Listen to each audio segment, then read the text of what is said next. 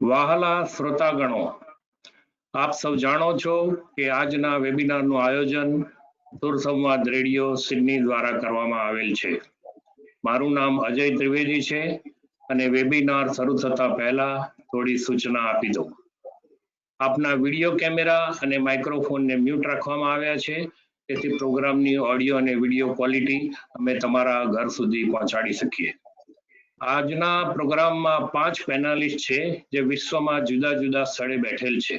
Doctor Vinodbhai Joshi મેલબર્નમાં છે, શ્રી અમરભાઈ ભટ્ટ અમદાવાદમાં છે, ગાર્ગીબેન વોરા રાજકોટમાં છે, હિમાલીબેન વ્યાસ નાયક મુંબઈમાં છે અને આરાધનાબેન અને હું સિડનીમાં બેઠા છીએ. આ રસિક પ્રોગ્રામ એક યુનિક પ્રોગ્રામ છે. આપની સમક્ષ સાથે ઇન્ટરનેટના માધ્યમથી પહોંચાડવાનો અમારો નમ્ર પ્રયત્ન છે, પણ પ્રોગ્રામનો જે ક્વોલિટી જે છે તે ડિલિવરી તમારા ઘર સુધી પહોંચશે, તમારા સ્ક્રીન સુધી પહોંચશે, તે ઇન્ટરનેટ માધ્યમ અને બીજા ઘણા બધા ફેક્ટર પર આધારિત છે. માટે સંગીત દરમિયાન કદાચ ઓડિયો વિડીયો ક્વોલિટી ન જળવાય તો આપનો સહકાર આપવા વિનંતી છે. અને હવે સિટ બેક, રિલેક્સ અને એન્જોય. અને ઓવર ટુ યુ આરાધનાબેન. નમસ્તે મિત્રો. શબ્દ અને સૂરની સંગતમાં સૂર સંવાદ રેડિયો પરિવાર વતીથી હું આરાધના ભટ્ટ આપ સૌનું હૃદયપૂર્વક સ્વાગત કરું છું. સિડનીમાં છેલ્લા 13 વર્ષથી સૂર સંવાદ ગુજરાતી રેડિયોનું FM દ્વારા પ્રસારણ થઈ રહ્યું છે અને વેબસાઇટ દ્વારા વિશ્વ ગુર્જરોને અમે દર અઠવાડિયે મળવા આવી પહોંચીએ છીએ.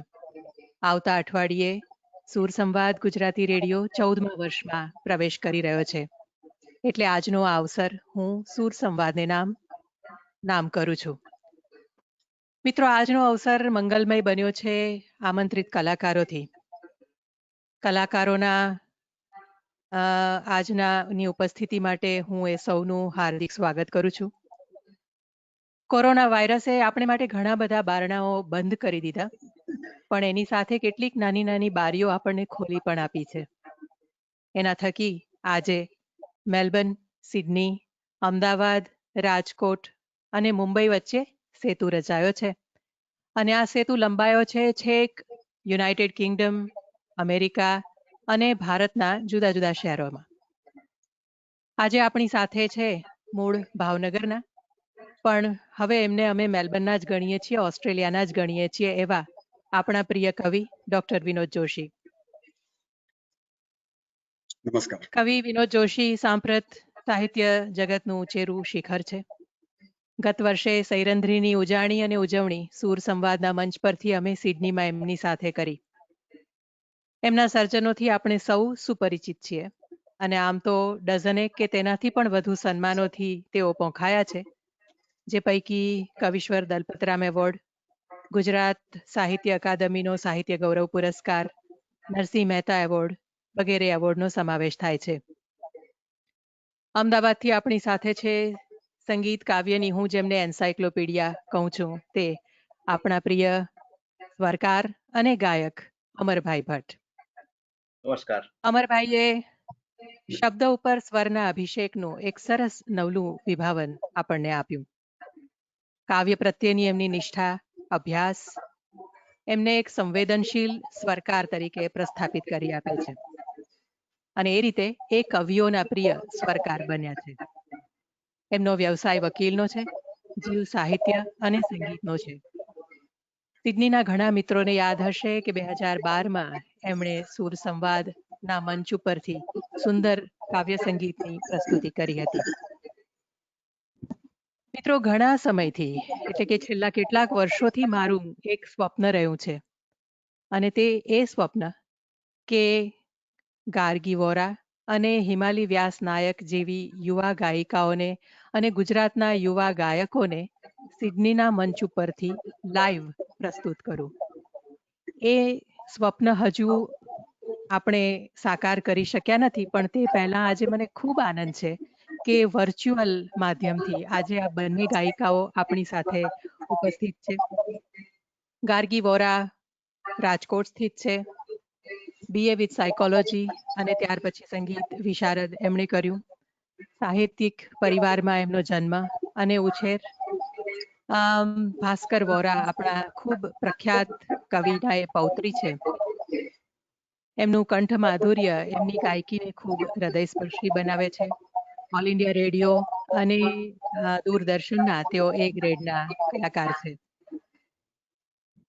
મૂળ અમદાવાદના પણ હવે મુંબઈમાં સ્થાયી થયેલા હિમાલી વ્યાસ નાયક શાસ્ત્રીય સંગીતની તાલીમબદ્ધ છે. એમએ ઇન ઇંગ્લિશ લિટરેચર કર્યા પછી તેમણે ટ્રિનિટી કોલેજ લંડનની વેસ્ટર્ન સિંગિંગની પણ તાલીમ લીધી છે. સંગીત વિશારદ છે. દેશ વિદેશમાં અનેક કાર્યક્રમો રજૂ કરી ચૂક્યા છે. આ બંને ગાયિકાઓએ કેટલીક ફિલ્મોમાં પણ પોતાનો સ્વર આપ્યો છે, ફિલ્મી ગીતોને પણ. હું માનું છું કે આ બંને ગાયિકાઓ આપણા સંગીતની આવતીકાલ છે. હવે વળી આપણી આજની સંધ્યા તરફ. સંગીત કાવ્યની સંગત. મિત્રો, મારે મન આજની સંધ્યા એટલે કવિની કલમમાંથી અવતરેલું કાવ્ય કાગળ ઉપર અવતરે છે. એ કાવ્ય ગાયકના કંઠે ગવાય છે. એટલે કે કલમથી કંઠ સુધી કવિના કાવ્યની યાત્રાને આપણે આજે જોવાના છીએ. ગુજરાતી ભાષામાં લખાયેલા અને સ્વરબદ્ધ થયેલા કાવ્યો ને આપણે જુદા જુદા નામે ઓળખતા આવ્યા છીએ. આમ તો આપણો નરસિંહ કહી ગયો કે ઘાટ ઘડિયા પછી નામ રૂપ જુજવા અંતે તો હેમનું હેમ હોય. એટલે આપણું કાવ્ય સંગીત તો હેમ છે જ, પણ આપણે એને જુદા જુદા નામે ઓળખવાનો, એને જુદું જુદું નામાભિધાન કરવાનો પ્રયત્ન છેલ્લી કેટલાક દાયકાઓથી કરતા આવ્યા છીએ. આકાશવાણીએ એને સુગમ સંગીતનું નામ આપ્યું, ત્યાર પછી એ કાવ્ય સંગીત તરીકે ઓળખાયું અને વચ્ચે સંગીત કાવ્ય તરીકે પણ ઓળખાયું. એટલે આપણા આ સંગીતનો એક દીર્ઘ ઇતિહાસ છે, એક દીર્ઘ પરંપરા છે અને એક સુવર્ણમય પરંપરા છે. આજે નરસિંહરાવ ભોળાનાથ દિવેટિયાને યાદ કરું છું, જે આપણા અર્વાચીન યુગના કાવ્ય સંગીતના પિતામહ કહી શકાય. એમણે એનું પ્રથમ ચિંતન આપણી સમક્ષ રજૂ કર્યું. ત્યાર પછી ઘણું કામ થતું આવ્યું છે અને થઈ રહ્યું છે. અમરભાઈ, તમે નરસિંહરાવ ભોળાનાથ દિવેટિયાના વંશજ છો એ નાતે, અને સંગીત કાવ્ય વિશે તમે ઘણું બધું વિચાર દોહન પણ કર્યું છે એ નાતે, આ વિશે તમારી પાસેથી થોડીક વાતો સાંભળીએ અને નરસિંહરાવ ભોળાનાથ દિવેટિયાના એ પ્રાર્થના ગીતથી આજના કાર્યક્રમની શરૂઆત કરીએ. અમરભાઈ. સૌને નમસ્કાર. આ સુંદર ઉપકરણને યાદ કરવા બદલ આરાધનાબેન, અજયભાઈ, કીર્તિ, વિનોદભાઈ બધાનો ખૂબ આભાર માનું છું. આરાધનાબેનનું સૂચન એકદમ યથાર્થ છે કે સંગીત કાવ્ય નામાભિધાન નરસિંહરાવ દિવેટિયાએ કુસુમમાળા નામના કાવ્ય સંગ્રહમાં એ કુસુમમાળાના કાવ્યોને સંગીત કાવ્યો કહ્યા, એટલે જે ગાઈ શકાય તેવી કવિતા. તો એમણે એ રીતે પ્રથમ નામ આપવાનો પ્રયત્ન કર્યો. આપણે સુગમ સંગીત તો કહીએ છીએ, પણ સુગમ સંગીતમાં ઘણીવાર સુગમ સંગીત એટલે હલકું ફુલકું સંગીત એવી એક છાપ ઊભી થઈ છે. પણ ખરેખર કવિતા પણ કલા છે, સંગીત પણ કલા છે. તો બે કલા જ્યારે ભેગી થાય, અને કોઈ પણ કલા સરળ તો છે જ નહીં, એટલે ભેગી થાય ત્યારે બંનેમાંથી સ્વતંત્ર રીતે મળતો આનંદ બેવડાય. નરસિંહરાવ દિવેટિયાને અપેક્ષિત સંગીત અને કાવ્ય એમ બે ભેગા કર્યા એમણે. તમે જે પ્રાર્થના ગાવાની વાત, આમ ગુજરાતી ભાષામાં અંગ્રેજી કવિતાનું થયેલું અનુસર્જન છે. અંગ્રેજી કાવ્ય જોન હેનરી ન્યુમાનનું ડીપ કાઇન્ડલી લાઇટ 1833માં એની રચના થયેલી. અને તકલીફ જ્યારે ખૂબ પડી હોય ત્યારે ઘણા પ્રસંગોએ એ ગવાયું છે. જેમ કે વિકીપીડિયા પર એવી માહિતી છે કે ટાઇટેનિક શિપરેક થયો એ વખતે રીડ કાઇન્ડલી લાઇટ એક શિપરેક થયો એની થોડી ક્ષણો પહેલા ગવાયું હતું. અને એમાંથી જે કેટલાક બચેલા પેસેન્જર્સ લાઈફ બોટમાં હતા, થઈ ગયા હતા, એમને કાર્પાથિયા નામનું બીજું જહાજ આવી રહ્યું છે. તો એ લાઈફ બોટમાં બેઠા બેઠા પણ એ લીડ કાઇન્ડલી લાઇટ ગાયેલું. અને ગાંધીજી જયારે સાઉથ આફ્રિકામાં હતા ત્યારે ચર્ચમાં સાંભળેલી એમની ઈચ્છા હતી કે ગુજરાતીમાં એનું અનુવાદ થાય. તો 1915માં નરસિંહરાવ એમણે કહ્યું કે આનો અનુવાદ આ મને ગુજરાતીમાં ઉતારી આપે. આવા શબ્દો નરસિંહરાવે લખ્યા છે. અને નરસિંહરાવ દિવેટિયાએ પછી જે રચના કરી અનુવાદ એની થોડીક સમજાવી. પ્રેમળ જ્યોતિ તારો દાખવી જીવન ઉજાળ. આમ પણ આપણે અત્યારે કોરોના કાળમાંથી જ્યારે પસાર થઈ રહ્યા છે ત્યારે આ એક પ્રાર્થના અગત્યની પ્રાર્થના. પ્રેમ જ્યોતિ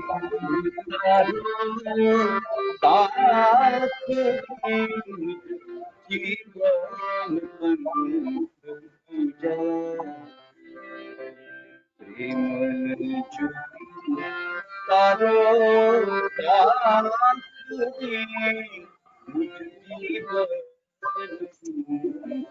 પૂજા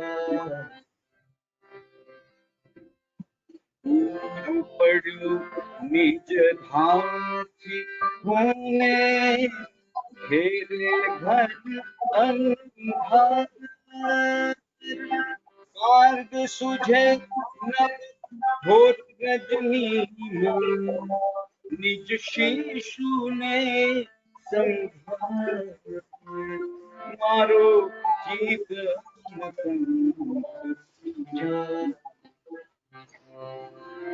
રજની જશે પ્રભાત ઉજળશે સ્મિત કરશે પ્રેમ દિવ્ય કણોના વદન મનોહર મારે હૃદયે ચિરકાર જે મેં સોયા હતા ક્ષણ પ્રેમ જ્યોતિ તારો આખરી મુજ જીવન પૂજા.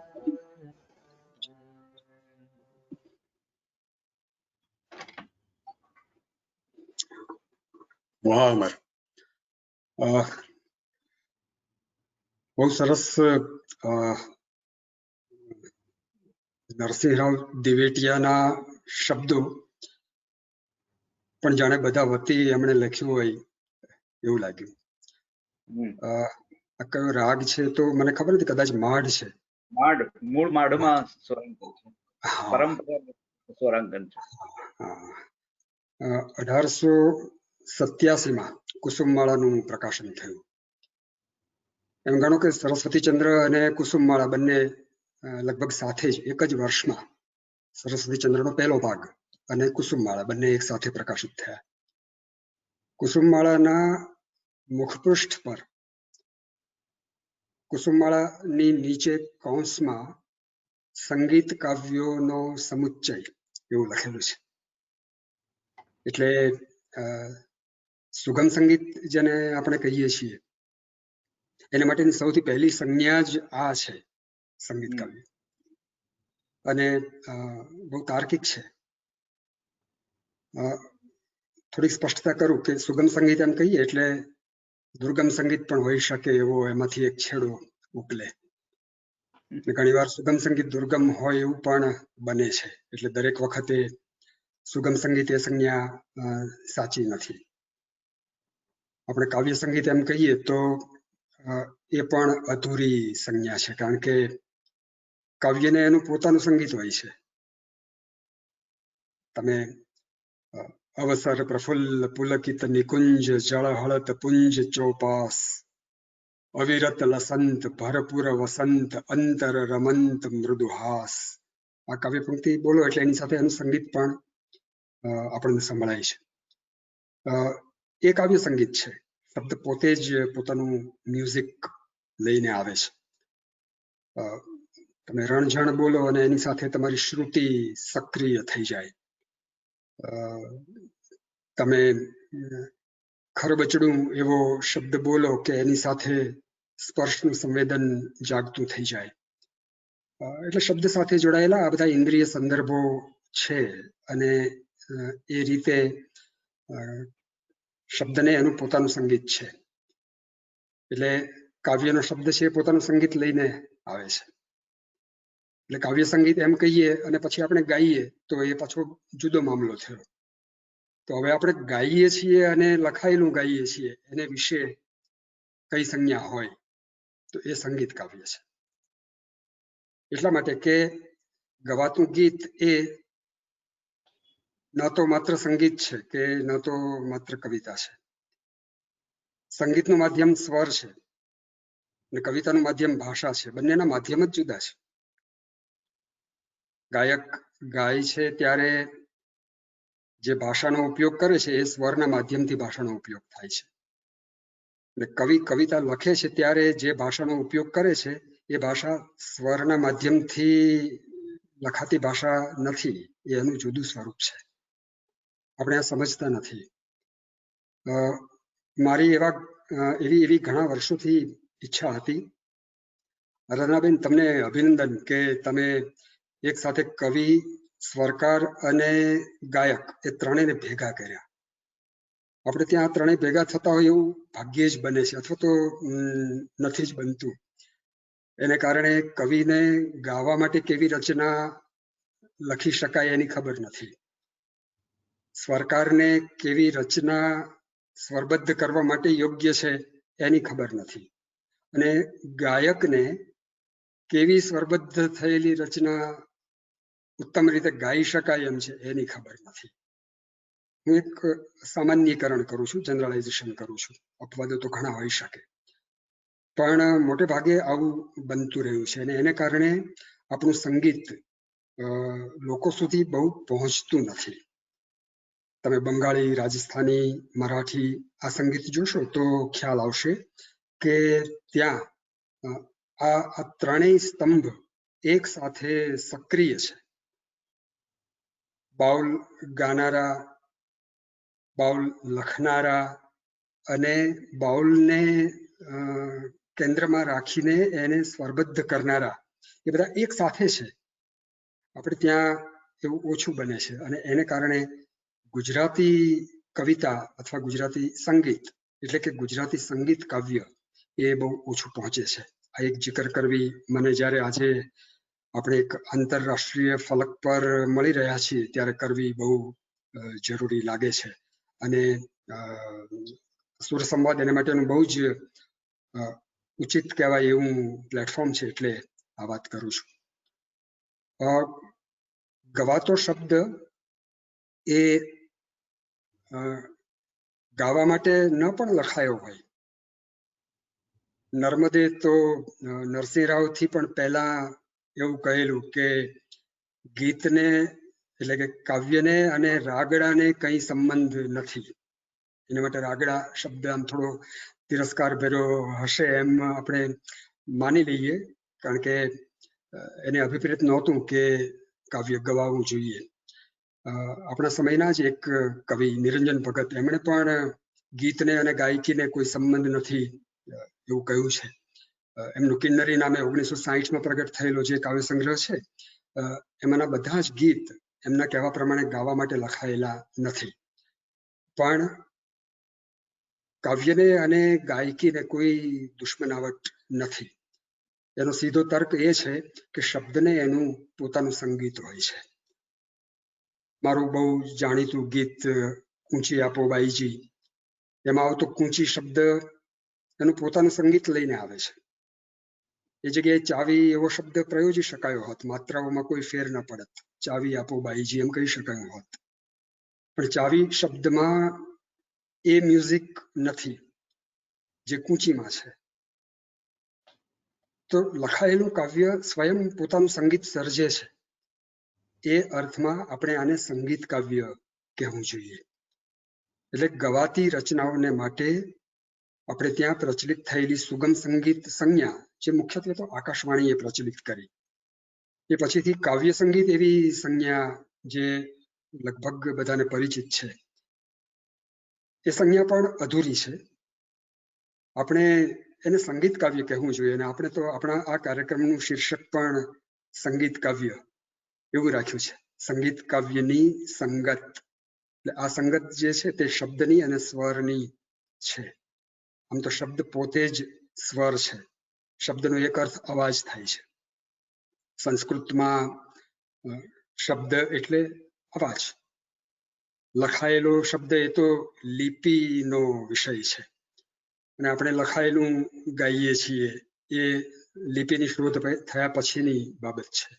પણ એ પૂર્વે તો આપણો શબ્દ લિપિ વગર શ્રુતિથી સંભળાઈને પછી ગવાતો રહેલો હતો.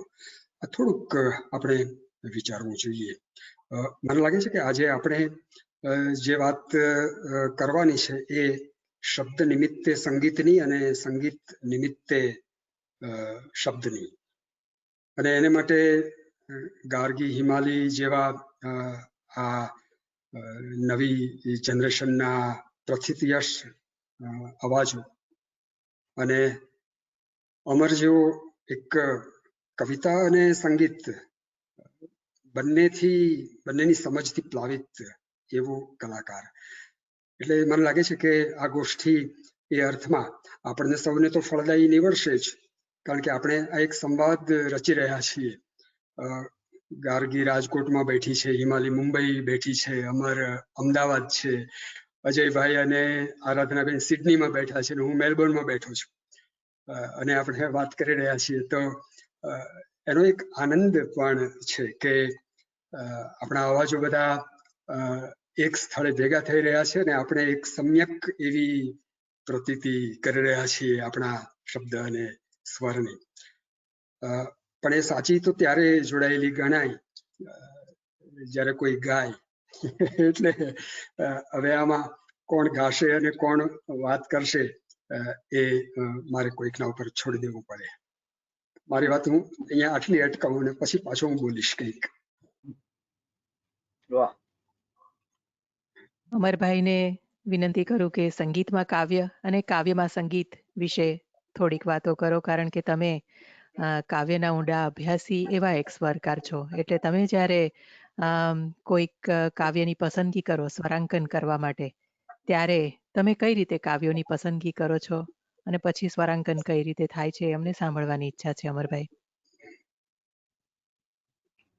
વિનોદભાઈ મારા ખૂબ પ્રિય કવિ છે, અને આમ જુઓ તો ઓસ્ટ્રેલિયા કે મેલબોર્ન એમને ફળ્યું છે ને, એટલે એને લીધે ગુજરાતી ભાષાને ફળ્યું છે, કારણ કે ત્યાં બેઠા બેઠા જેટલી રચનાઓ કરે જેટલી ભારતમાં હોય છે ત્યારે નથી કરતી.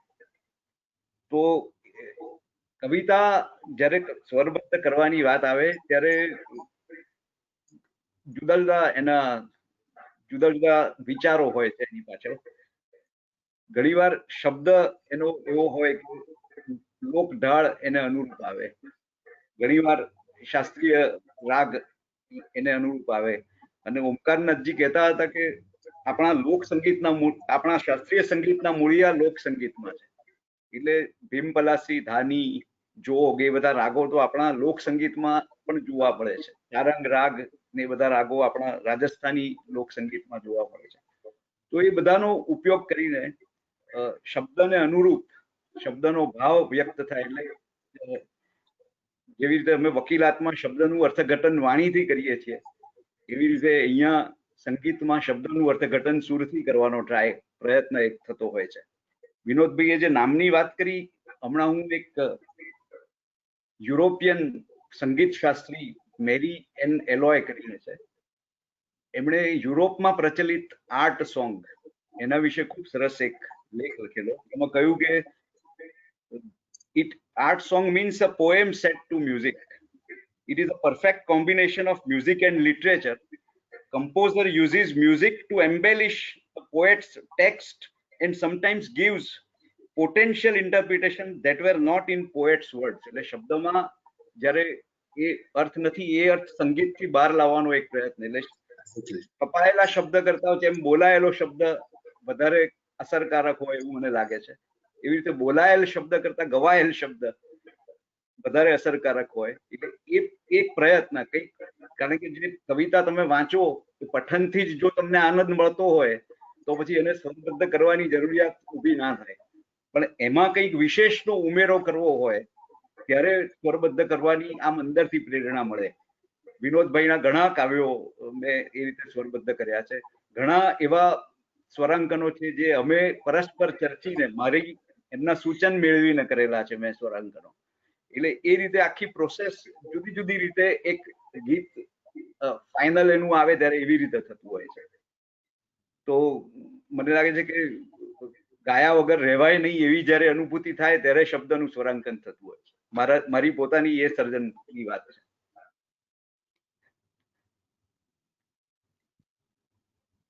હવે હિમાલી વ્યાસ નાયકને વિનંતી કરું છું કે એમના કંઠે આપણે સૌ વિનોદભાઈના જે ગીતથી સુપરિચિત છીએ, અમરભાઈનું સ્વરાંકન છે, એ ગીત આપણને સંભળાવે. પણ તે પહેલા અજયભાઈ એક વિનંતી કરવાની. શ્રોતાઓ તરફથી એવું ફીડબેક આવી રહ્યું છે કે એકાદ માઇકમાંથી પાછળથી ઇકો આવી રહ્યો છે અને એ કદાચ વિનોદભાઈનું માઇક છે. તો ક્યાં તો એ માઇક મ્યુટ કરી શકાય કે એના વિશે કંઈક કરી શકાય? હા, હું મ્યુટ કરી દઉં છું. હા, પછી તમારે અનમ્યુટ કરવાનું ધ્યાન રાખવું પડશે. હા, ઓકે, થેન્ક યુ. હિમાલીબેન. આરાધનાબેન, અજયભાઈ, વિનોદભાઈ, તમારા સૌનો ખૂબ ખૂબ આભાર. અને અમરભાઈનું આ ખૂબ સુંદર સ્વરાંકન વિનોદભાઈની કવિતા રજૂ કરું છું.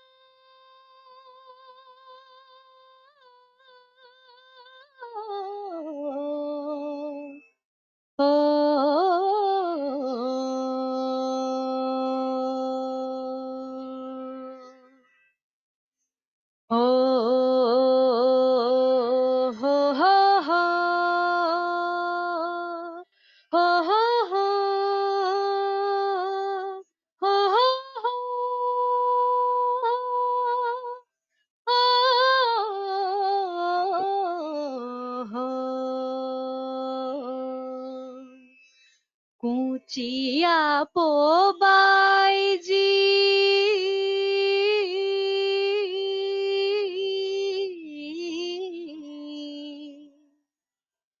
કૂચિયા પોબાઈજી,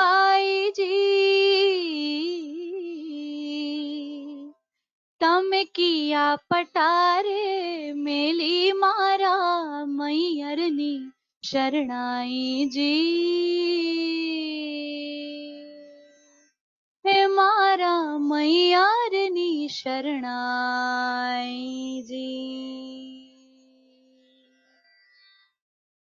કૂચિયા પોબાઈજી,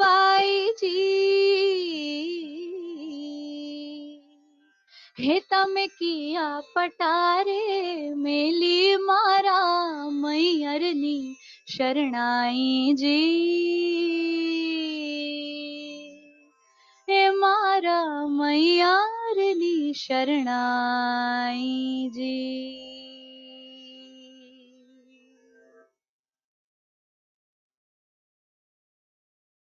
કોઈ કંકુ થાપા ભૂસી દઈ મને ભીતેથી ઉતરાવો, કોઈ મીંઢળની મરજાદા લઈ મને પાંચીકડા પકડાવો.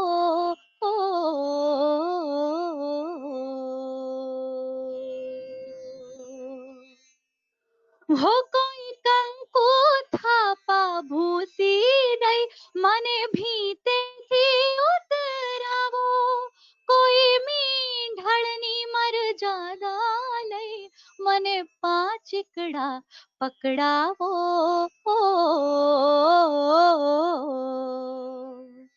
ખડકી ખોલો બાઈજી,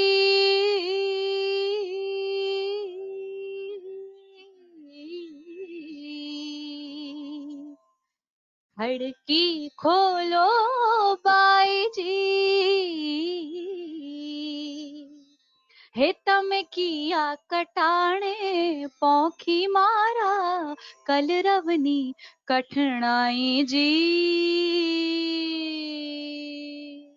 હે મારા કલરવની કઠણાઈજી.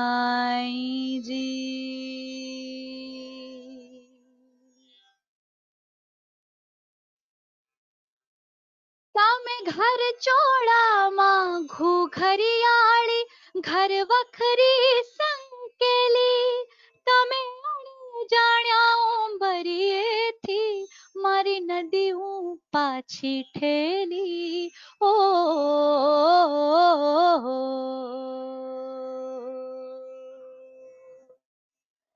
તમે ઘર ચોળામાં ઘૂઘરિયાળી ઘર વખરી સંકેલી તમે જાણ્યા ભરીએથી મારી નદી હું પાછી ઠેલી ઓ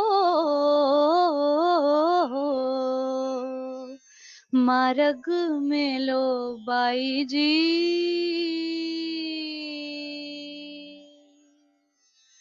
માર્ગ મેલો બાઈજી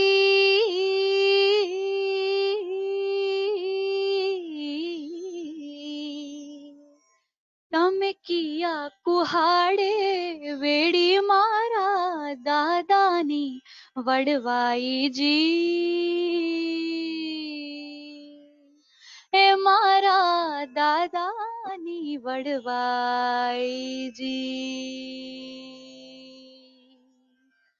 કૂંચી આપો બાઈજી હે તમે કિયા પટારે મેલી મારા મૈયરની શરણાઈજી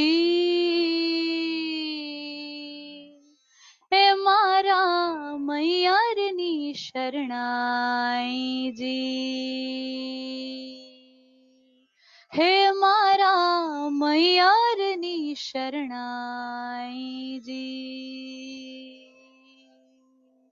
હે મારા મૈયારની શરણાઈજી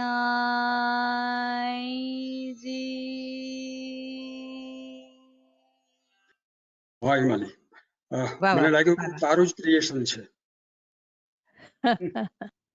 સરસ ગવાયું. ખૂબ સરસ ગવાયું અને એ જ તો કળા છે વિનોદભાઈ. મને લાગે છે કે આ બંને ગાયિકાઓ જે પણ ગીત આપો એ ગીતને પોતીકું કરીને ગાઈ શકે છે. અમરભાઈ, તમે હમણાં જ કહ્યું કે વિનોદભાઈ તમારા પ્રિય કવિ છે એક સ્વરકાર તરીકે. વિનોદભાઈના સ્વરાંકનોની તમારી સ્વરાંકન યાત્રા વિશે કંઈક વાત કરો.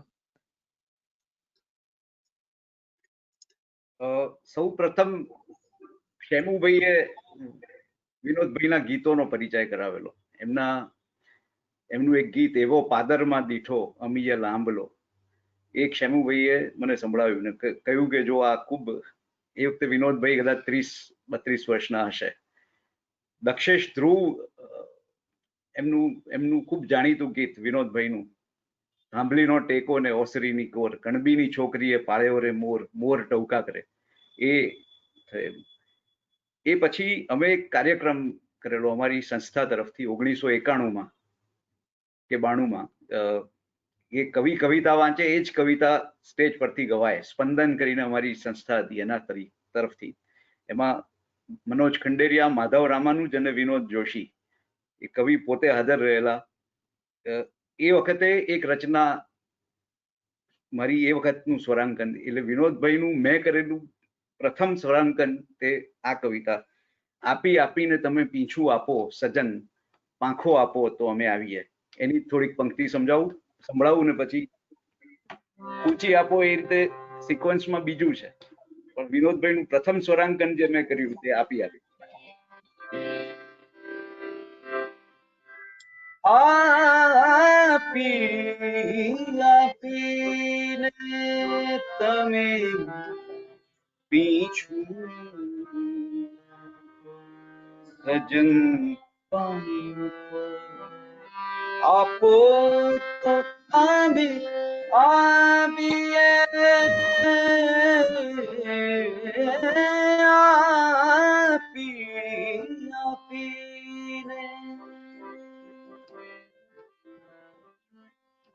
ચાંદો નીચોવી અમે વાટકા ભર્યાને, એને મોગરાની કળીએ હલાવ્યા. ખૂબ સુંદર શબ્દો છે. ચાંદો નીચોવી અમે વાટકા ભર્યા ને એને મોગરાની કળીએ હલાવ્યા। આંખલા ઉઝરડાને શમણું ઓઢાડી અમે પગની કોલ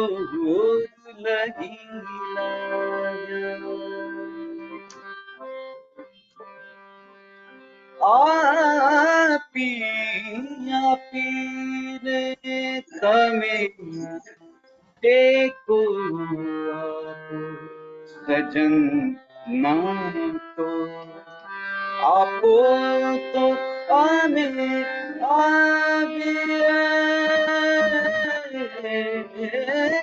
આપી આપીને તમે આંસુ આપો સજન આંખો આપો તો અમે આવીએ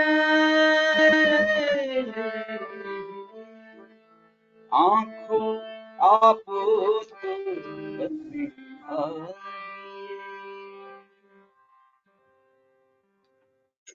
આ રચના પહેલી સ્વરબદ્ધ થઈ। વિનોદભાઈ અવારનવાર અમારે ઘેર આવતા અને એમણે એક ઊંચી આપો બાઈજી જે હિમાલયે ખૂબ સુંદર ગાયું એ પોતે ગાઈને સંભળાવેલું અને ત્યારથી મેં કવિતા મેગેઝિનમાં એ વાંચેલું ને એ મારા મનમાં ઘુમરાયા કરતું હતું કે મારે આનું સ્વર નિયોજન કરવું છે।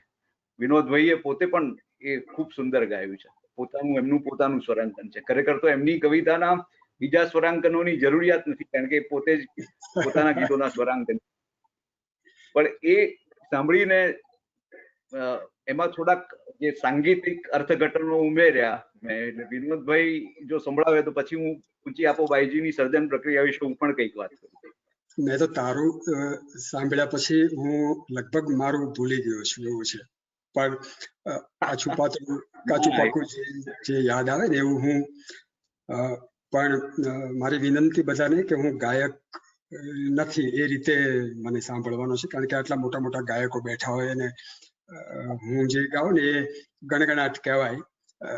પણ એટલું ખરું કે મેં લખતી વખતે મારા ચિત્તમાં જે રીતે આ ઉગ્યું એ રીતે લખ્યું છે, એટલે આ એનું ફર્સ્ટ કમ્પોઝિશન છે જે આજે પહોંચી રહ્યું છે સૌની પાસે। તો એ હું ગાઉં છું કે મેં કેવી રીતે ગાતા ગાતા આ લખ્યું છે। તારા કમ્પોઝિશન માંથી બહાર નીકળું છું અમર।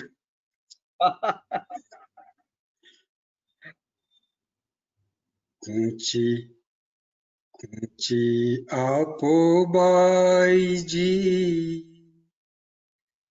ઊંચી આપો બાઈજી તમે કિયા પટારે મેલી મારા મૈયરની શરણાઈજી। કોઈ કંકુ થાપા ભૂંસી દઈ મને ભીતેથી ઉતરાવો, કોઈ મીંઢળની મરજાદા લઈ મને પાંચકડા પકડાવો। ખડકી ખોલો બાઈજી તમે કિયા કટાણે પોખી મારા કલરવની કઠણાઈજી। વાહ વાહ, આવું કંઈક મેં ગાયેલું, મારા ઘરે ગાયેલું તમે, મને યાદ અને છે। પછી મેં સ્વરબદ્ધ કર્યું, હિમાલયે સુંદર ગાયું, પણ તમે જો જોશો તો ઊંચી આપો બાઈજી તમે કિયા પટારે મેલી મારા મૈયરની શરણાઈજી, એમાં જે પ્રશ્ન છે એ સંગીતમાં કઈ રીતે આવે એવો એક પ્રયત્ન છે। ઊંચી આપો બાઈજી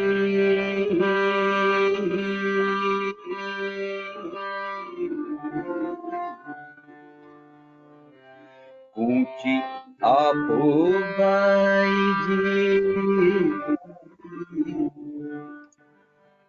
તમે કિયા પટારે મેલી મારા મૈયરની શરણાઈજી।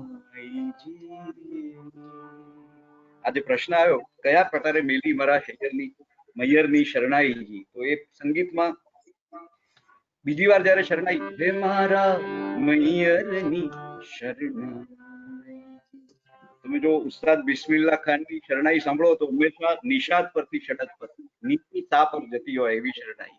એટલે એ મારા મગજમાં, મારા ચિત્તમાં હતું, એ આ રીતે આવ્યું છે. અને બાઈજી શબ્દ વિશે પણ વાત થયેલી સોરી, બાઈજી શબ્દ વિશે પણ વાત થયેલી. હા, એ હું કઉ છું, એ જ કઉ છું. બાઈજી એટલે સાસુને ઉદ્દેશીને એ ગીત છે. એમાં બાઈજી, હું છે ને મારે બોલવામાં જરાક ઉચ્ચારમાં એમની સૌરાષ્ટ્રની જે લઢણ એ ના આવે. બાઈજી હું ટૂંકું બોલતો હતો, એમણે મને બા લંબાવવાનું, બાઈજી નું બા લંબાવવાનું, એટલે સંગીતમાં આમ પણ આકારનું મહત્વ છે. એટલે એ બા શબ્દ લંબાઈને જયારે ગાયું ત્યારે આખો એનો લય, તમે અત્યારે તબલા નથી પણ તબલા સાથે સાંભળી શકો કે રાજસ્થાની એક ઠેકો આવે છે એમાં, ઊંચી આપો બાઈજી, પેલા હું આવું ગાતો હતો, પછી સુધર્યું ઊંચી આપો બાઈજી, આ રીતે એમાં ચેન્જ થયો. એમાં જે પેથોસ છે, આમ ભલે સાસુ પાસે ચાવી માગી છે પણ આમ પેથોસ છે, મૈયરની શરણાઈ, કિયા કુહાડે વેડી મારા દાદાની વડવાઈ, તો એ પેથોસ માટે કોવળ દૈવતનો ટચ છે. ઊંચી આપો બાઈજી,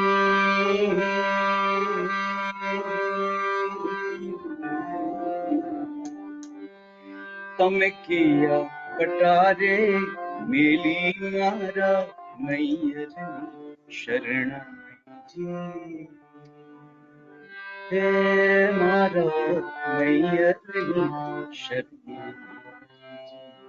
અને પછી કોઈને કે છે એટલે લાઉડ થાય છે થોડું સ્વરાંકનમાં, કે કોઈ મને આમ કરો, કોઈ, એટલે કોઈ કંકુ થાપા ભૂસી દઈ મને ભીતેથી ઉતરાવ, કોઈની ઢળની મરજાદા લઈ મને પાંચીકડા પકડાવો,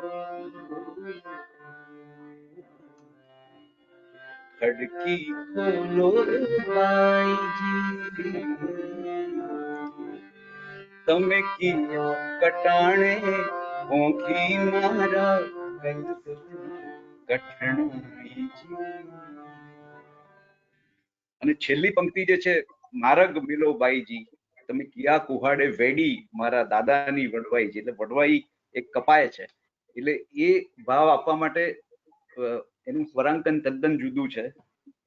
મારગ મેલો બાઈજી, અધરવાઇઝ ખડકી ખડકી ખોલો બાઈજી, ઊંચી આપો બાઈજી, મારગ મેલો બાઈજી, એવું ગાઈ શકાત, પણ આમ વડવાઈ કપાય છે એટલે એક ભાવ, મારગ મેલો બાઈજી,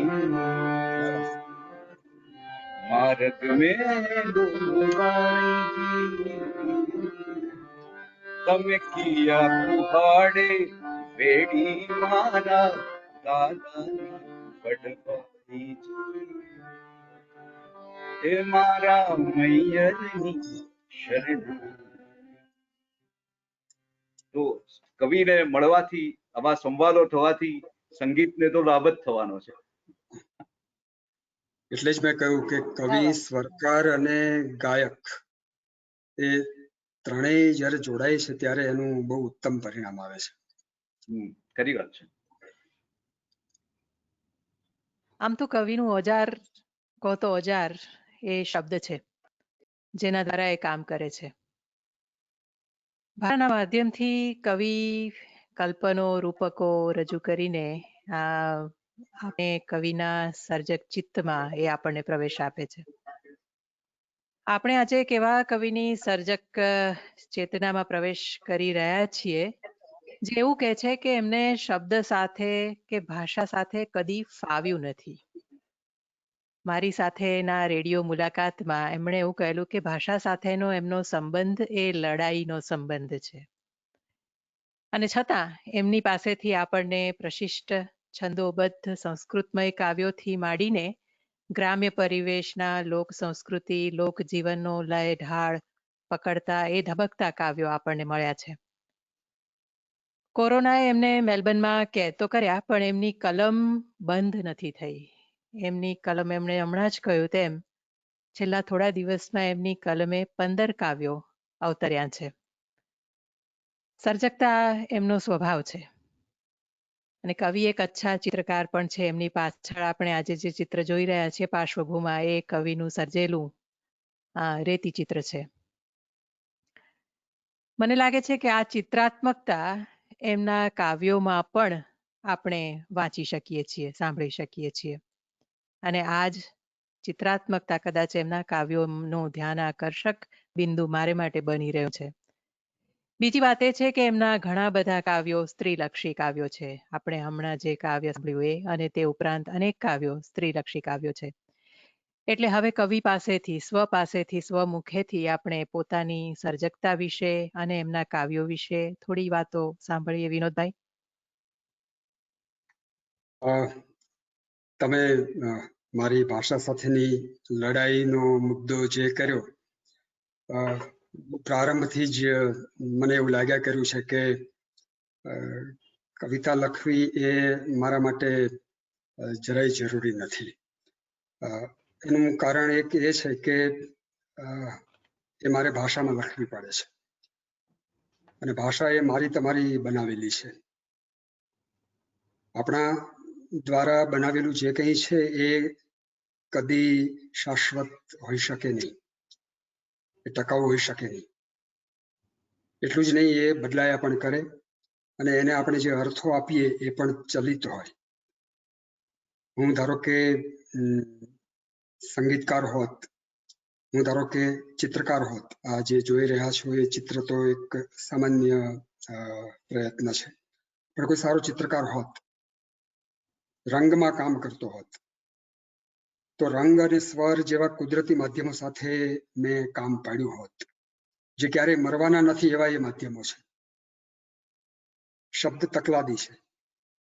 આજે જે પ્રયોજું છું એ શબ્દ સંભવ છે કે આવતીકાલે નકામો થઈ જાય, સંભવ છે કે એ હું જે અર્થમાં પ્રયોજું છું એ અર્થથી જુદો અર્થ કોઈ ભાવક એનો કરે, તો એ ભરોસાપત્ર નથી. એટલે હું જ્યારે કવિતા કરું છું ત્યારે મને હંમેશા ભય રહ્યા કરે છે કે મારી કોઈ પણ પંક્તિ એ મારા ભાવને હું જે રીતે વ્યક્ત કરું છું એ રીતે એને કોઈ ઝીલશે કે કેમ. આવું મને રંગમાં નથી થતું.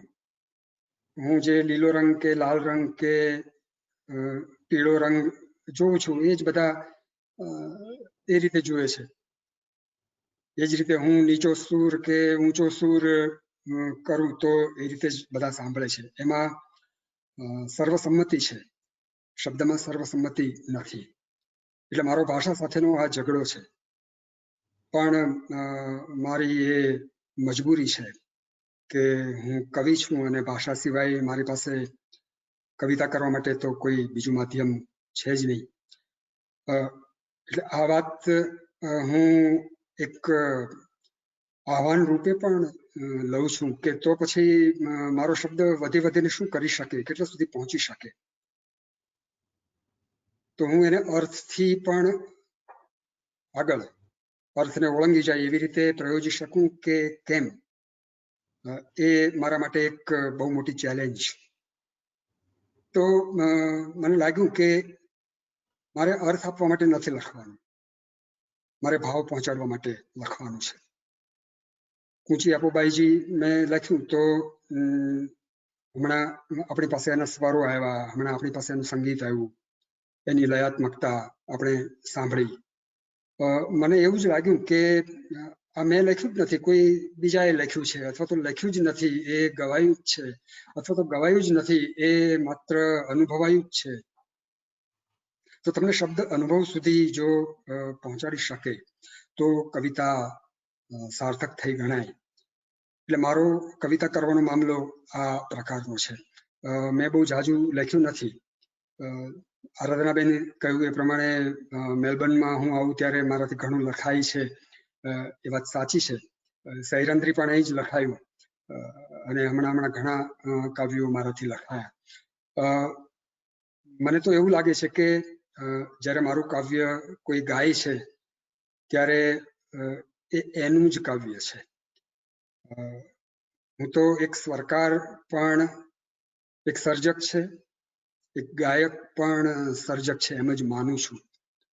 રચના તો માત્ર આધાર છે અને એ કવિએ કરેલું સર્જન છે, એટલે એક સાથે ત્રણ સર્જનનો આસ્વાદ મળી શકે એવી ભૂમિકા આ સંગીત કાવ્ય દ્વારા રચાઈ છે. મને એવું લાગે છે કે મારી કવિતા સાથેની જે કન્સર્ન છે એ આ પ્રકારની છે અને હજી સુધી તો એ રહી છે અને હું વધુ ને વધુ નિર્મમ બનતો જાઉં છું મારા શબ્દ પરત્વે.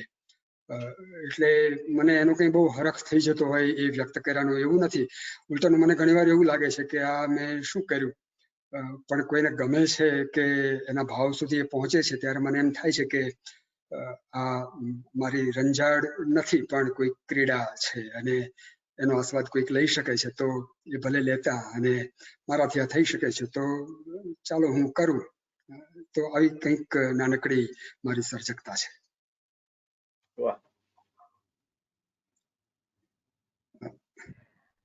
હવે એક તમારું બીજું સીમાચિહ્ન રૂપ કહું તો સીમાચિહ્ન પ્રતિનિધિ કાવ્ય આપણે ગાર્ગીના કંઠે સાંભળીએ. ગાર્ગીબેનને વિનંતી કરું. બહુ જ મજા આવે છે, ઘણું શીખવા મળે છે કાવ્ય અને સરસ રીતે સમજવા મળે છે. એટલે આભાર આરાધનાબેન, અજયભાઈ, વિનોદભાઈ, અમરભાઈ.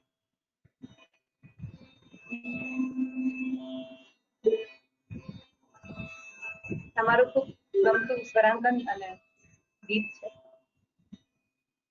ગાઓ છો.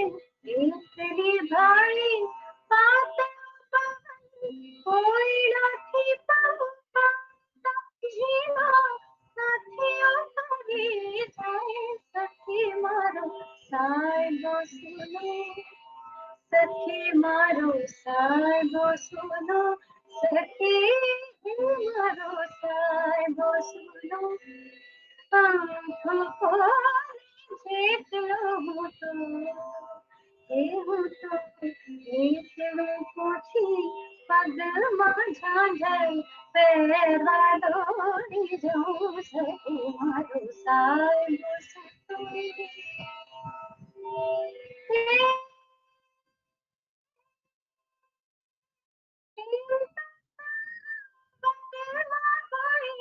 ચાચને પછી પરબારો કોઈ મોરલો ઉડી જાઓ ઉડી જાઓ.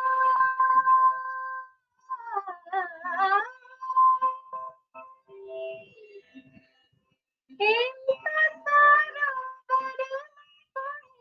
ચાચને પછી પરબારો કોઈ મોરલો ઉડી જાય ઉડી જાય. આમ તો પછી આમ તો પછી ઝૂડતો એક પછી કાપર ઝીણી ઝરતો ઉડી જાય. સખી મારો સાહેબો દાદો સખી મારો સાહેબો દાદો સખી મારો સાહેબો દાદો. અમથો કે હું તો ટોકા ઉપર મોર પીછાની ઓઢણી ઓઢી જાઉં સખી મારો સાહેબો સુતો સખી મારો સાહેબો સુતો. ફળીએ ઢાળી ઢોલિયો હું તો મેરી પાનસ બોલતી ખાલી પડખે પોડી જાઉં સખી મારો સાહેબો સુતો. વાહ વાહ વાહ, ખૂબ સરસ. ગાર્ગી તે ગાયું એમાં ક્યાંક કોઈ જગ્યાએ નેટ ના કારણે કોઈક વિક્ષેપ આવ્યો હશે શ્રોતાઓને, પણ તારો સૂર અને ભાવ તો બરાબર બધે પહોંચ્યા જ છે એમ હું માનું છું. આ રચના અમારે જ્યારે કરી ત્યારે પહેલા મારી પાસેથી સાંભળી હતી. રાગ જોગમાં છે. હવે હું તો કઈ રાગ જાણતો નથી, મને તો કઈ એની સમજ પણ નથી, પણ મારી જે સમજણની ભૂમિકા છે લોક ઢાળની છે. એટલે આ ગીત જ્યારે મેં લખ્યું ત્યારે મેં કેવી રીતે ગાયું હતું એની એકાદ પંક્તિ હું સંભળાવું. એટલે ગાર્ગીએ આટલું સુંદર ગાયું છે. એ શાસ્ત્રીય અને લોક એ બંનેનું સંમિશ્રણ કરીને કેવી સુંદર રીતે અમરના કમ્પોઝિશનથી એણે મૂકી આપ્યું એની પ્રતીતિ થાય. મેં આ એવી રીતે ગાયેલું. સખી મારો સાહેબો સૂતો ફળીએ, સખી મારો સાહેબો સૂતો ફળીએ ઢાળી ઢોલિયો હું તો મેળીએ ફાનસ ઓલવી ખાલી પડખે પોઢી જાઉં. પછી અંતરો એવી રીતે હતો. એક તો માઝમ રાતની રજાઈ ધબકારે મારા પંડથી સરી જાય. એકલી ભાળી પાતળો પવન પોયણાથી પંપાળતા ઝીણો સાથીઓ કરી જાય. સખી મારો સાહેબો સૂનો, સખી મારો સાહેબો સૂનો એટલો કોના જેટલો હું તો એટલું પૂછી પગમાં ઝાંઝર પહેરવા દોડી જાઉં. આવો કંઈક લોકઢાળ હતો. એટલે શબ્દ પોતે જ એનું સંગીત કેવી રીતે લઈને આવતો હોય છે એની પણ આમાં પ્રતીતિ થાય. સૂનો એટલો કોના જેટલો હું તો એટલું, કે આના જે સાઉન્ડ્સ છે એટલે ગવાતો શબ્દ છે, આ લખાતો શબ્દ નથી. કોઈ અગાયકને પણ આમ ગાતા કરી દે એવું એમાં એવી એક અપીલ એમાં હોવી જોઈએ. ગીતની આ એક ખૂબી છે. એટલે આપણે ત્યાં આમ તો ગદ્ય ગીતો પણ ગવાયા છે. ફિલ્મોમાં તો મોટે ભાગે એવું જ થતું હોય છે, પણ ગવાતું ગીત કેવું હોય એની પણ આના આધારે થોડીક વિચારણા આપણે કરી શકીએ. આરાધનાબેન, હું તમારી રજા લઈને એવું કરું, આ બંને હિમાલય અને ગાર્ગી છે તો એમનો આપણે લાભ લઈ લઈએ કે મેં કેવી રીતે ગાયું છે અને એનું કમ્પોઝિશન જ્યારે થાય પછી એ કેટલું સુંદર રીતે ગવાયું છે અને લોકપ્રિય બન્યું છે એની આપણા પ્રેક્ષકોને, શ્રોતાઓને ખબર પડે. આ કૂંચી આપો અને સખી મારો સાહેબો એમાં તો સમજાઈ જ ગયું, પણ બીજા 2-3 કાવ્યો પણ તમે કહો તો હું ગાઉં. જરૂર, ચોક્કસ. ઈર્ષાદ.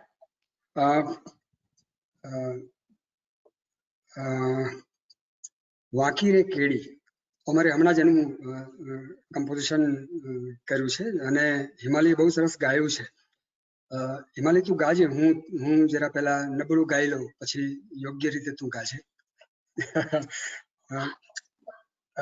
મને લોભ એ છે કે આપણા શ્રોતાઓને આ રચનાઓનું પહેલું કમ્પોઝિશન કેવું હતું એની ખબર પડે. અજયભાઈ, બરાબર છે ને હું આ કહું છું એ? તો એ રીતે હું ગાઉં છું. વિનોદભાઈ, જેમ ગાર્ગીબેને કહ્યું ને એમ ખૂબ મજા આવે છે આખી પ્રોસેસ સમજવાની અને શીખવાની, કે તમે રચના, શબ્દ સર્જન, સંગીતનું સર્જન, પછી એકચ્યુઅલ કમ્પોઝિશન ને પછી ગાયક પાસે જે આવે છે, ખૂબ મજા આવે. એટલે માત્ર આ મારું સર્જન છે એવું નથી, આ સ્વરકારનું પણ સર્જન છે અને ગાયકનું પણ સર્જન છે. એટલે એક સાથે અહીં વિનોદ જોશી પણ છે, અમર ભટ્ટ પણ છે અને હિમાલય વ્યાસ પણ છે. હવે જો આ એક ગીત છે, વાંકી રે કેડી. વાંકી રે કેડી ને વાંકી મોજડી, વાંકી રે કેડી ને વાંકી મોજડી, વાંકી રે પગલાની આવણ ઝાર હો પિયુજી, વાંકી રે પગલાની આવણ ઝાર હો પિયુજી. તો આવું કંઈક મેં અમર પાસે ગણગણી બતાવ્યું. એના અંતરાની પંક્તિ મેં કંઈક આવી ગાઈ હતી. અરડી મરડી આંખલડીમાં ભરી અબળખા ઊંચી રે, સરવરિયા તળિયા લગવી ખ્યા મળી કમળની કૂંચી રે. હવે આ કેટલું બધું રો છે, પણ અમારે એનું જે સ્વરાંકન કર્યું, હવે હિમાલય જરા ગાશે ત્યારે ખબર પડશે કે એનું સ્વરૂપ કેવું સુંદર થઈ ગયું. હિમાલય હવે ગાતું. જી, ખૂબ જ સુંદર, મારી ખૂબ ગમતી કવિતા અને અમરભાઈનું એટલું જ ખૂબ જ સુંદર સ્વરાંકન. અમરભાઈ, if I am not wrong, રાગ દેશી પર આધારિત છે ને? અને લગ્ન ગીતનો ઢાળ ને દેશી. હા, યસ.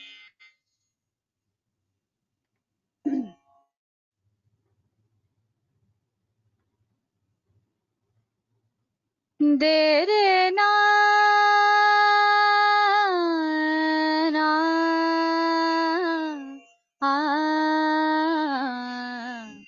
દે રે ના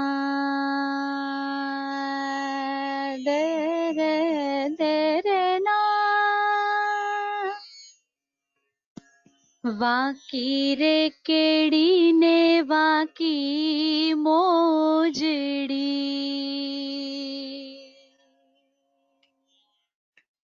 વાંકી રે કેડી ને વાંકી મોજડી, વાંકી રે પગલાની આવડ ઝાર હો પિયુજી, વાંકી રે કેડી ને વાંકી મોજડી, વાંકી રે પગલાની આવડ ઝાર હો પિયુજી, વાંકી રે કેડી ને વાંકી મોજડી. વાહ, अरड़ी मरड़ी आखलड़ी माँ भरी अबड़ खाऊं चीरे। अरड़ी मरड़ी आखलड़ी माँ भरी अबड़ खाऊं चीरे। सरवरिया तड़िया लगवी क्या सरवरिया क्या मणि कमलनी कूची रे। कांठे रे कूंजलड़ी कांठे कागड़ा। कांठे रे कूंजलड़ी कांठे कागड़ा। कांठे रे एकलड़ी हूँ भैकार ओ पियू जी। वाकी रे केड़ी ने वाकी मोजड़ी। वाकी रे पगलानी आवड़ झार ओ पियू जी। वाकी रे केड़ी ने वाकी मोजड़ी। ओ वाकी रे केड़ी ने वाकी मोजड़ी। ओ वाकी रे केड़ी ने वाकी मोजड़ी। વાહ, બહુ સરસ. ભાઈ મને બહુ બહુ જ ગમે છે આ અમરનું સ્વરાંકન. એક સુરેશે મારું ગીત સ્વરબદ્ધ કર્યું, રે વણઝારા. તારી કાંગસીએ તોડ્યો મારો સોનેરી વાળ, મને બદલામાં વેણી લઈ આપ. સુરેશ જોશીએ આનું સ્વરનું યોજન કર્યું. અમર, તે મારા સ્વરાંકનો કર્યા પછી હું તારા પરિચયમાં આવ્યો એવું થયું ને. આવું જ સુરેશની બાબતમાં. પણ પછી સુરેશે મારું આ ગીત સાંભળ્યું મારી પાસેથી. એ મેં કેવી રીતે ગાયું હતું એ હું ગણગણું, પછી ગાર્ગી તું ગા. રે વણઝારા રે વણઝારા તારી કાંગસીએ તોડ્યો મારો સોનેરી વાળ, મને બદલામાં વેણી લઈ આ. અંતરાના શબ્દો,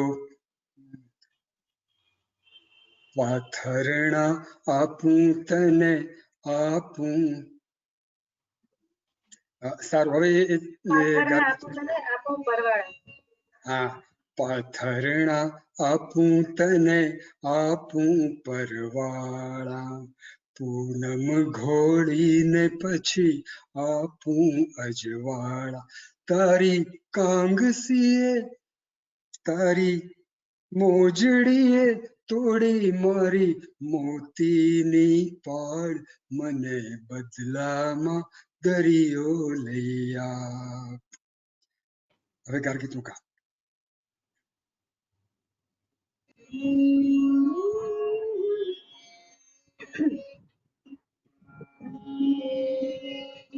રે વણઝારા રે વણઝારા રે વણઝારા રે વણઝારા.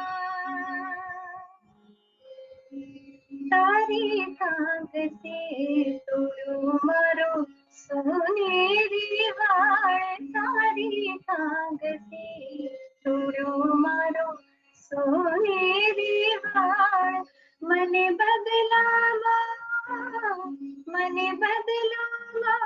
વેણી લઈ આવ. રે વણઝારા રે વણઝારા. પાથરણા પૂતને આપું પરવાળા, પૂનમ ભોળીને પછી આપું અજવાળા. પાથરણા પૂતને આપું પરવાળા, પૂનમ ભોળીને પછી આપું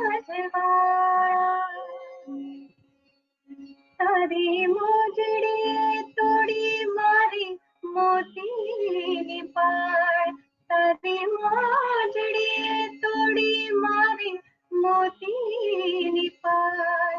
મને બદલામાં દરિયા લઈ આ. રે વણઝારા, રે વણઝારા, રે વણઝારા. ગરવી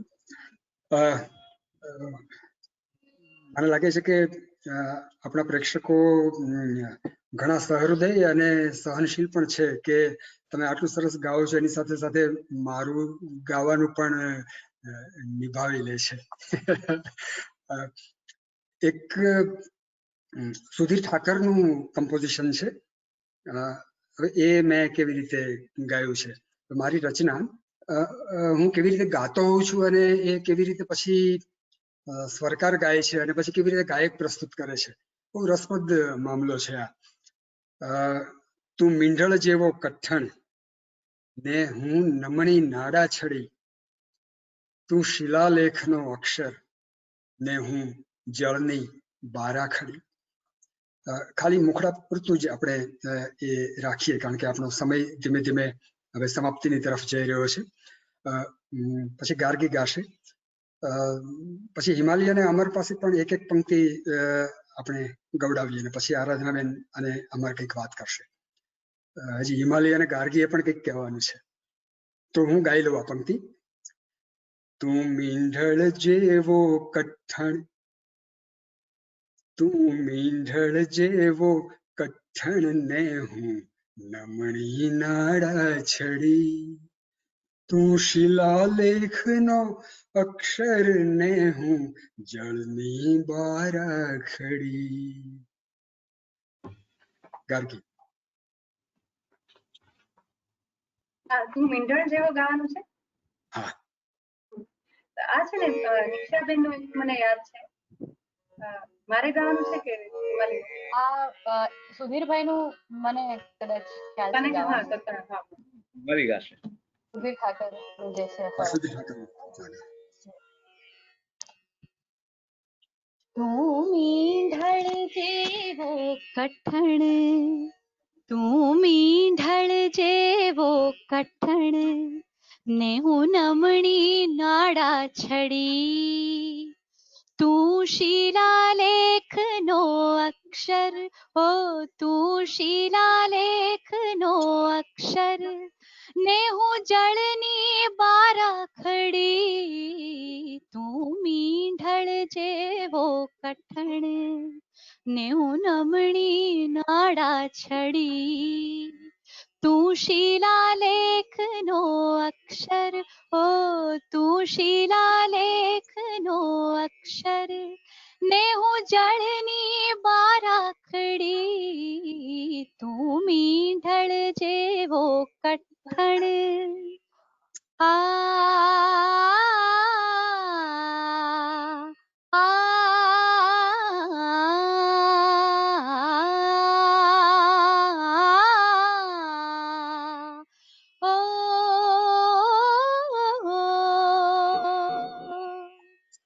એક આસો પાલવ રોપ્યો,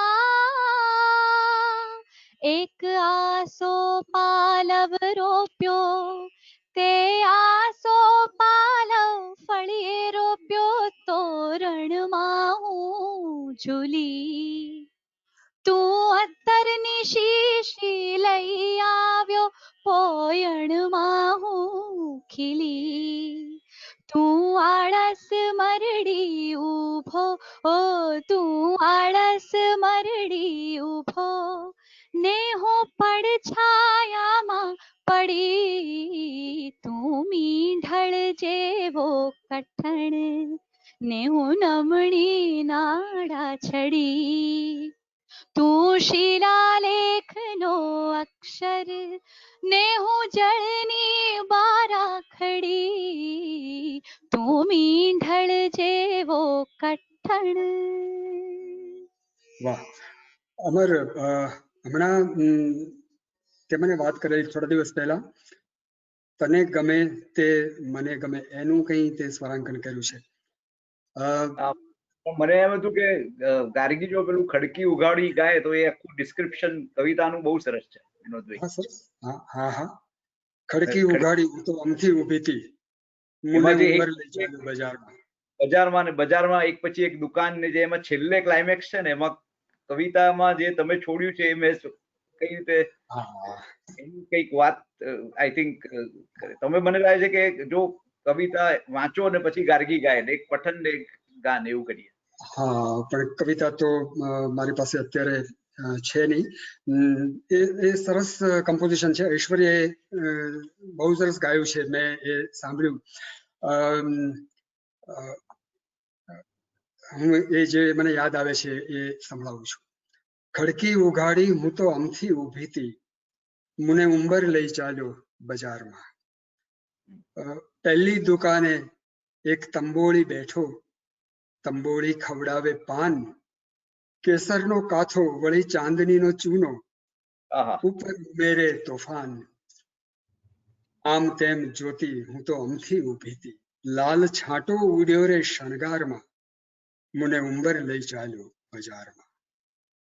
બીજી દુકાને એક વાણીડો બેઠો, વાણીડો જોખે વ્યવહાર, જટ દઈ તોળી મુને આંખ્યુંના ત્રાજવે, લટકામાં તોળ્યા અણસાર. સાન ભાન ભૂલી હું તો અમથી ઊભી હતી, દઈ પડછાએ ટેકો સુનકાર. ત્રીજી દુકાને એક પિંજારો બેઠો, પિંજારો સીવે રજાઈ, બખીએ આવીને એક બેઠું પતંગિયું, સુયામાં વાગી શરણાઈ. પછી શું છે? નામ ઠામ છોડી, નામ ઠામ છોડી હું તો અમથી ઊભી હતી. હવે નામ ઠામ છોડી હું તો અમથી ઊભી હતી, મને યાદ હવે નથી. ઊભી હતી ભેંકારમાં. હા. ચોથી દુકાને સાવ નોંધારી થઈ ભણકારમાં, નોંધારી થઈને ભણકારમાં.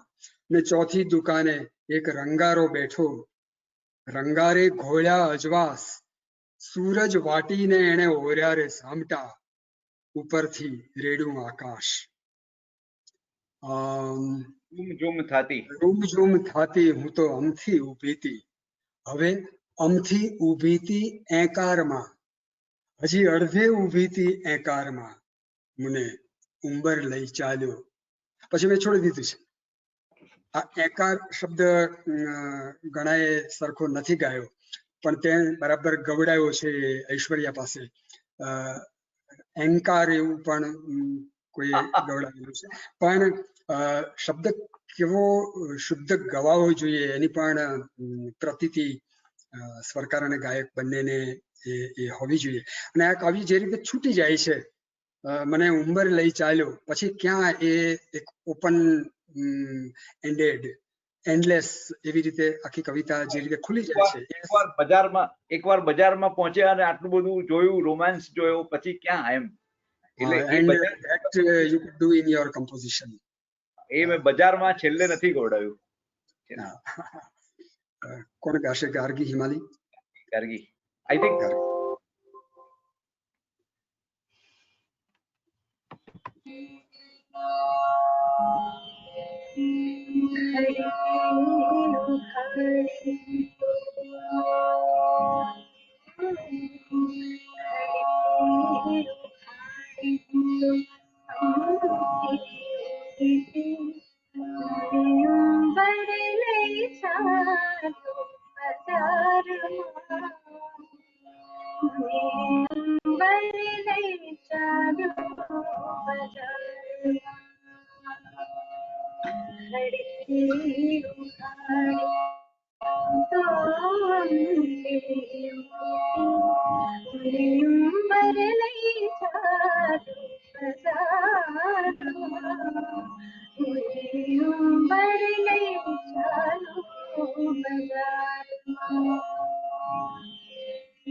પહેલી દુકાને એક તંબાઈ દીપા કેસર કા પવળી ચાંદની લો ચોલો ઉપર મેરે તોફાન આમ તે બચાતી હું તો ભૂખે લાલ છાંટો ઉડો શણગારમાં ઉંબર લઈ ચાલ્યો બજાર ચોથી દુકાને રંગા બેઠા રંગા રે ગોળ્યા છે સૂરજ વાટીને ઓરાને સાવટા ઉપર તેરે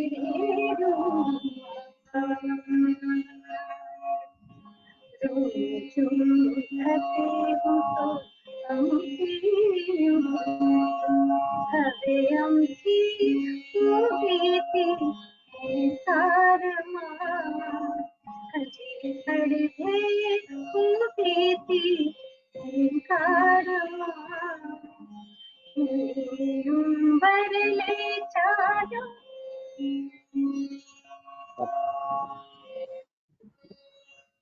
બહુ સરસ.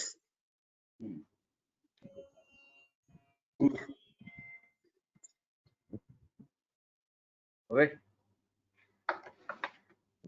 હા તને ગમે તે બે લાઈન સંભળાવી દઉં વિનોદભાઈ તમને.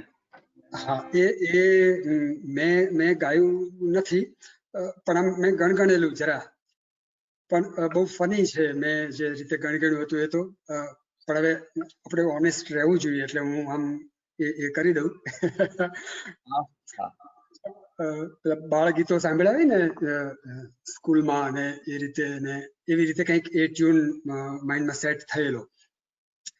તને ગમે તે મને ગમે પણ મને ગમે તે કોને એક વાર તું, બસ આવું કંઈક. સુરેશ વાડકરે એ ગાયું છે આ ગીત શિવરંજનીમાં, અને સરસ ગાયું છે. પણ મને તારી પાસેથી એ સાંભળવાની ઈચ્છા છે, કારણ કે તે મને હજી સંભળાયું નથી.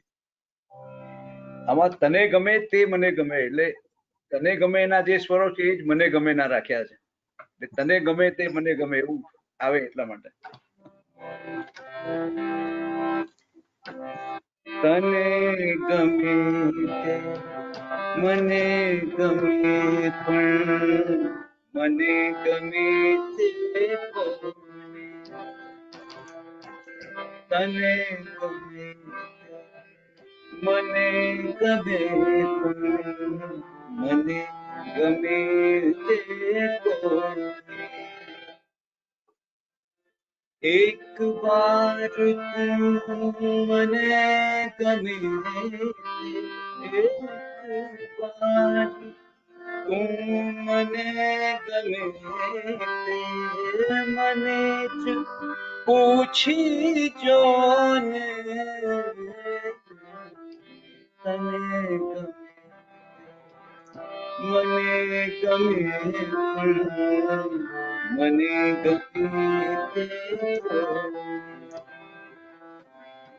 તારા મખમલ હોઠ ઉપર એક ચોમાસું જઈ બેઠું ઝળઝળિયા પહેરાવી એક શમણું ફોગટ બેઠું તું બરસે તો હું બરસું તું બરસાવે તોને એક વાર તું મને ગમે તે મને જ પૂછી જો ને તને ગમે મને ગમે મને ગમે વાહ, અમર ગાય ત્યારે આમ મારા શબ્દો જીવતા થઈ જાય છે. બહુ અરે મજા પડી જાય છે. હા, ચોમાસું અમર ચોમાસું શબ્દ આપ્યો ને તમે એટલે એમાં થોડો મલ્હારના સ્વરો આવ્યા. એની પહેલા આ કવિ આવી રીતે શબ્દ દ્વારા રાગ પણ ચિંતતો હોય છે. હા, એક ઉદય મજુમદારે એક કર્યું છે. હવે જો એ મેં કેટલું સાદી રીતે ગાયું છે. અ, અમ, પોઢણ દીધા મખમલના, પોઢણ દીધા મખમલના, નઈ નીંદર દીધી નહીં, સખી હું 16 વર્ષની થઈ. હવે ઉદય કેવી રીતે એ કમ્પોઝ કર્યું છે. એક જ પંક્તિ, આ મેં જેટલું ગાયું એટલું જ ગાર્ગી તું ગા. પછી ઓવર ટુ આરાધનાબેન.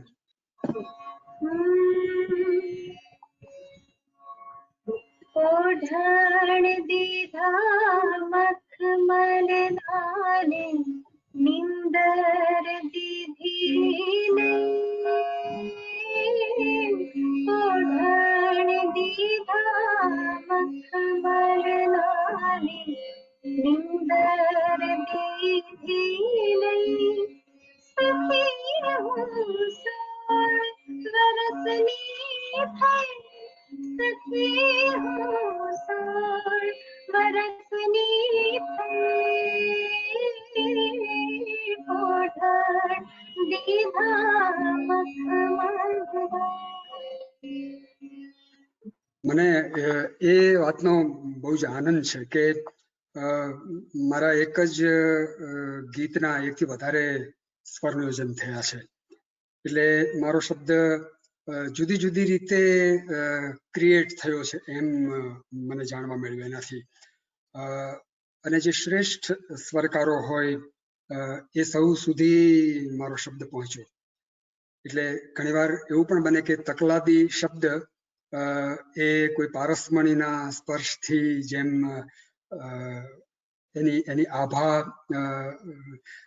વિશેષ પ્રગટાવે એવું મારા ગીતની બાબતમાં બન્યું છે. એટલે મને બહુ જ આનંદ છે એ વાતનો કે કેટલા બધાના આશીર્વાદ મારા શબ્દને આ રીતે મળ્યા છે. હું લખું છું એ જ કારણથી, અને હજી મારે કંઈક એવું લખવું છે કે હું લખું નહીં અને છતાં ગવાય. આ તો આમ થોડુંક મેટાફિઝિકલ લાગશે, પણ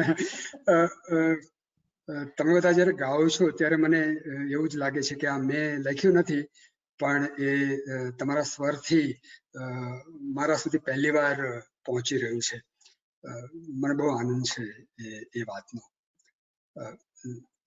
સારું, મને આટલી સૌની સાથે નિખાલસ થવાની તક આપી આરાધનાબેને.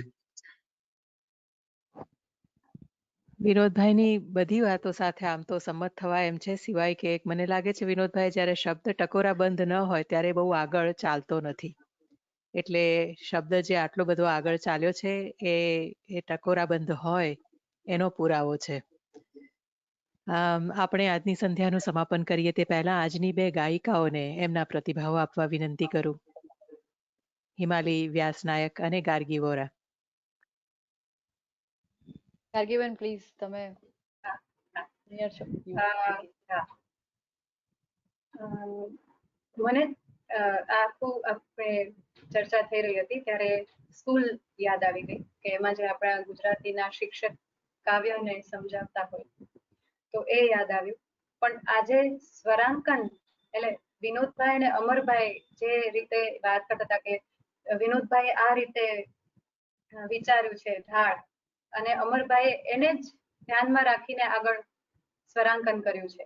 તો એ બધું અત્યારે જે સાંભળવા મળે છે બહુ મજા આવે છે. કારણ કે એક ગાયક તરીકે મારે કેવું થાય કે હું કોઈ પણ ગીત સાંભળું ને તો પેલા ભાવ અને સૂર પહોંચે, પછી શબ્દ પહોંચે.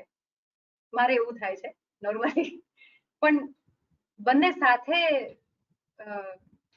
પહોંચે એવી આજે ચર્ચા થઈ, એટલે નવું શીખવા મળ્યું એક, એટલે એના માટે ખૂબ આભાર.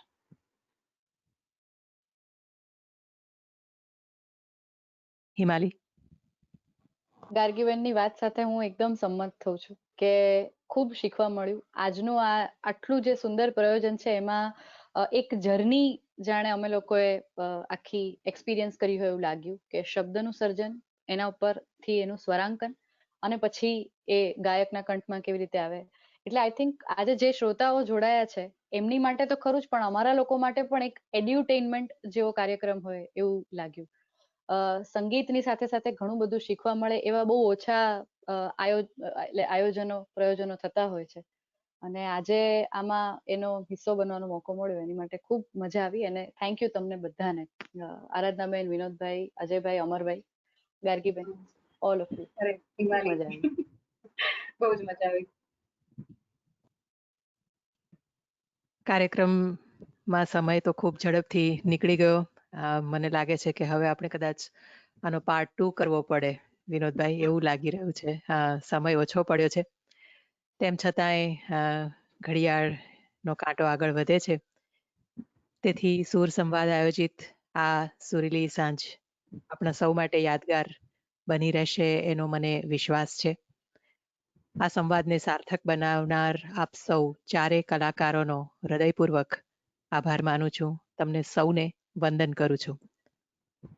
આપણે સૌ જાણીએ છીએ તેમ આ આખું એ આયોજન ટેકનોલોજી આધારિત છે, અને આ ટેકનોલોજીનું સંચાલન, એની પૂર્વ તૈયારી અને સમગ્ર આયોજન માટે સિડનીના અમારા અજયભાઈ ત્રિવેદી, એમનો આભાર માનવો એવો એટલો ઓછો છે. એમના સહકાર વિના કદાચ આ કાર્યક્રમ મારે માટે કરવો શક્ય ન બન્યો હોત. તે ઉપરાંત સૂર સંવાદના દર અઠવાડિયાના પ્રસારણમાં અને આ સંધ્યાના આયોજનમાં, એની નાની નાની ચર્ચાઓ કરવામાં વગેરે આયોજનોમાં મારી સાથે સતત રહેનાર સૂર સંવાદના મારા સહયોગીઓ હેમલ જોશી, ઝરમર પંડ્યા, પાર્થ નાણાવટી, ભાવિન રાવલ અને હાર્દિક વછરાજાની, એ સૌને આજે હું યાદ ન કરું તો નગુણી કહેવાઉં. એ સૌને યાદ કરીને સૌનો આભાર માનું છું, સૌને અભિનંદન આપું છું કે આપણે સાથે મળીને 13 વર્ષ પૂરા કરીને હવે 14મા વર્ષમાં પ્રવેશ કરી રહ્યા છીએ.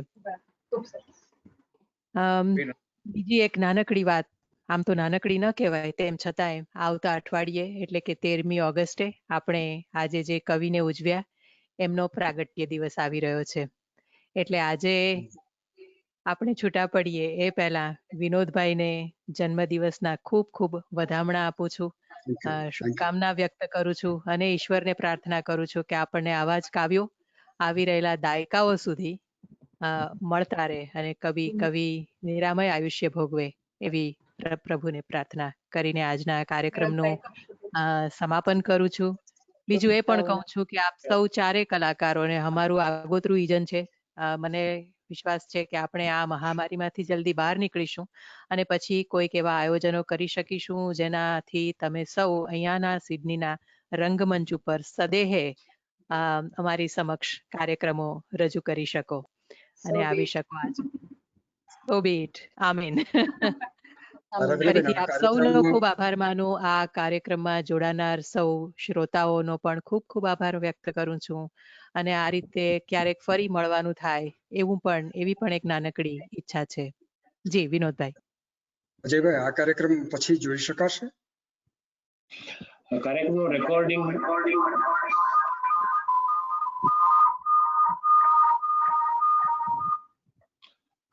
રેકોર્ડિંગની લિંક આરાધનાબેન સૂર સંવાદ રેડિયો દ્વારા મોકલી આપશે. અને શ્રોતાઓને ખાસ એ પણ કહેવાનું કે આવતીકાલે તેમને વેબિનાર તરફથી ઈમેલ આવશે જેમાં તેમનો ફીડબેક મોકલી શકશે, જેથી અમે ભવિષ્યમાં આ પ્રોગ્રામને વધુ સારો બનાવી શકીએ. ખૂબ આભાર અજયભાઈ. જેવી વિડીયોની લિંક મળશે તેવું અમે લગભગ યુટ્યુબ ઉપર આને અપલોડ કરીશું. સૂર સંવાદ રેડિયોની યુટ્યુબ લિંક છે, યુટ્યુબ ચેનલ છે. એ ચેનલ ઉપર આને અપલોડ કરીને પછી ફેસબુકના માધ્યમથી શેર પણ કરીશું. તો જસ્ટ સ્ટે ધેર અને we will be with you very soon again. સૌનો ફરીથી ખૂબ ખૂબ આભાર. નમસ્તે અને આવજો. Thank you so much. Thank you. Bye bye. આવજો. આવજો.